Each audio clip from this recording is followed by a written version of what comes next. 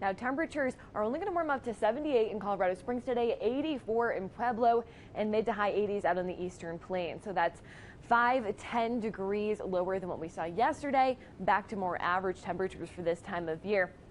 Now, as we move through the day today, we do have some rain in the forecast. You can see we're already raining up north, and we do have a few scattered showers down south, but we won't see any substantial rain until the afternoon hours. That's when we'll start to see some showers here along the interstate around 1 o'clock. And as that rain moves out toward the eastern plains, this is what we're keeping an eye on. Our futurecast showing some supercells popping out on the eastern plains.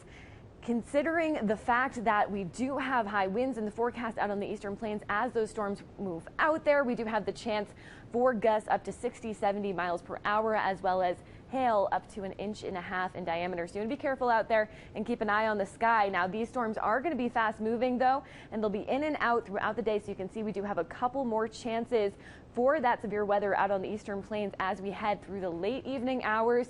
We get into tomorrow morning, and you can see we start our Monday morning still with some rain here between Colorado Springs and Pueblo and south of Colorado Springs east. Now, we do have some showers out in the mountains to start our day for our Monday as well. But here's what we're looking for our Sunday. Severe weather possibilities mostly confined to the eastern plains. That hail, as I mentioned, and high wind. So if you are driving any high-profile vehicles, you want to be careful, especially driving out there and along that southern I-25 corridor where we tend to get those higher winds when we have these severe weather chances. Now, overnight tonight, we cool down even more so than yesterday. 50 in Colorado Springs for our overnight, 55 in Pueblo, and mid-50s out on the eastern plains. We'll get down to the mid-40s in Alamosa and Gunnison. Now, places across I-70 are also going to be in the 30s, 40s overnight tonight.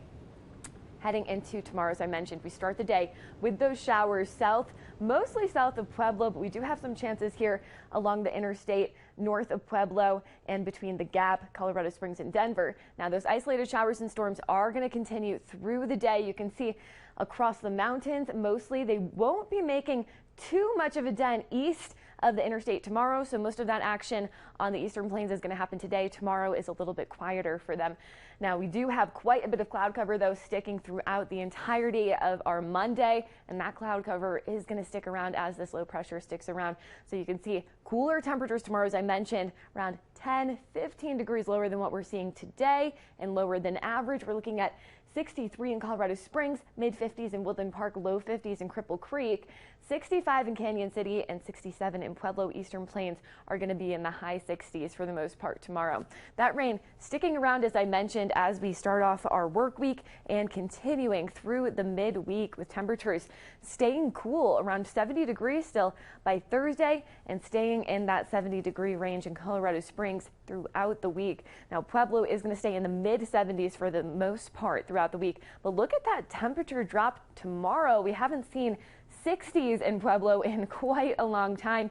So everyone who's been waiting for those mild temperatures and that cooler weather, well, it's here for at least our work week. Maybe get some errands done indoors. Monument looking very similar, in a similar situation in Canyon City and Woodland Park.